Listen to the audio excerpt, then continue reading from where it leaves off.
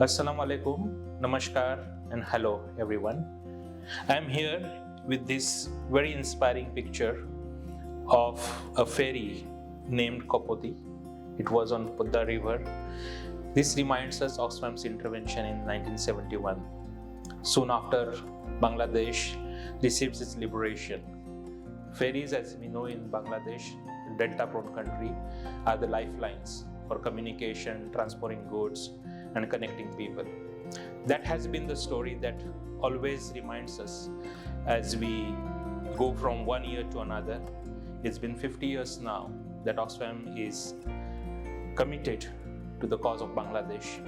As the sun is setting for 2024 and we are reflecting this year, the year that has witnessed over 60 elections, significant political shifts, the major crises, emergencies that we attribute to the climate change, and most importantly, the rise of people's voice as well.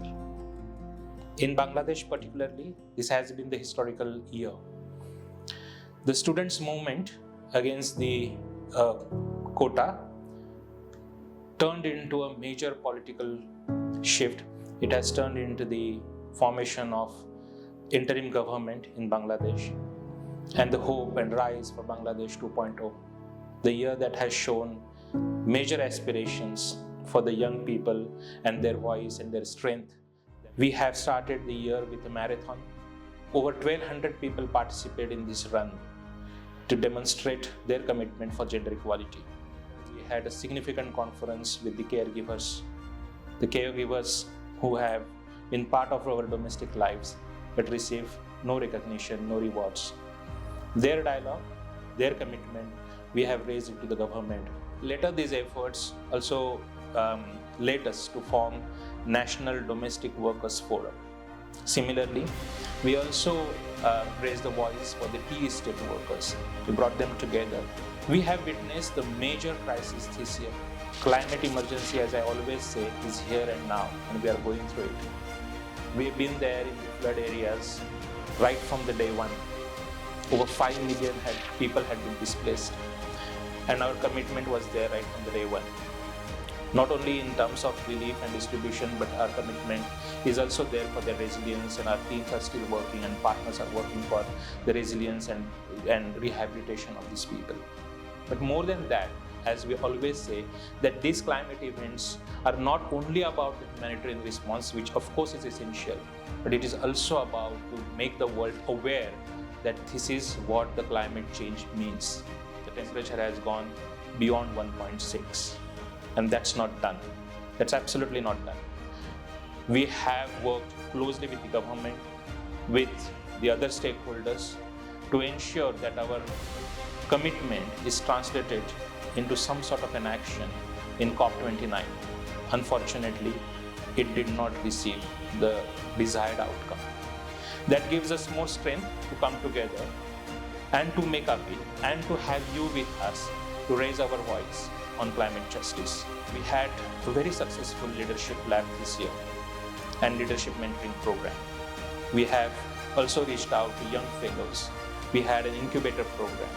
We have tried to work out how innovative we can be in terms of our work, in terms of our partnerships, in terms of our collaborations, in terms of the way we can take our commitment forward to the people with lesser investment and maximum impact. For example, in the Rohingya crisis, as we know that this crisis is now being protracted. It's there since 2017, but as we know that the crisis is actually far much older than this. So we are now getting a bit of a deep dive, as we know that the funding is being depleted, resources are not there, but the number of people are increasing. So how are we going to respond to it? How are we going to treat these people?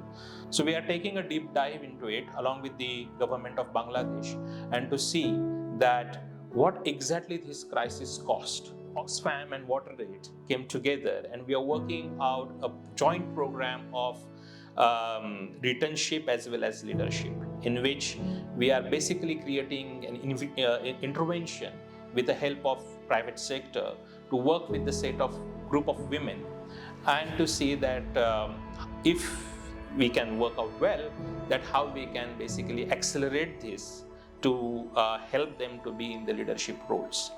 we believe that now in Oxfam we need to be thought leader.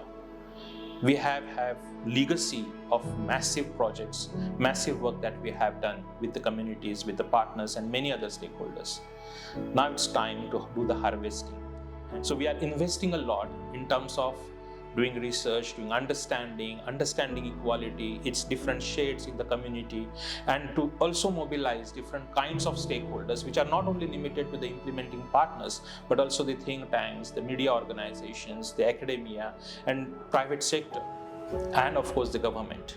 I would like to thank the government of Bangladesh. It's been extraordinary journey, and without the government's support, cooperation, it's not possible to operate in this country. Yes, sometimes we have our own critique, but the way we work with government in such a friendly way that sometimes it's difficult without government's assistance and intervention to even move forward an inch in Bangladesh. So I thank you for all the government employees for their support and cooperation. As we reflect, I want to make sincere gratitude to all our staff, all our colleagues, former who are working with us now, and also our partners and staff who are working with partners who have shown extraordinary commitment to the people of Bangladesh. Thank you so much for your commitment. I would like to thank our donors. Without their financial contribution, we wouldn't have been where we are. So thank you everyone for being part of this journey. I'm sure the year has been difficult, but has given us enough resilience and faith that the future is equal.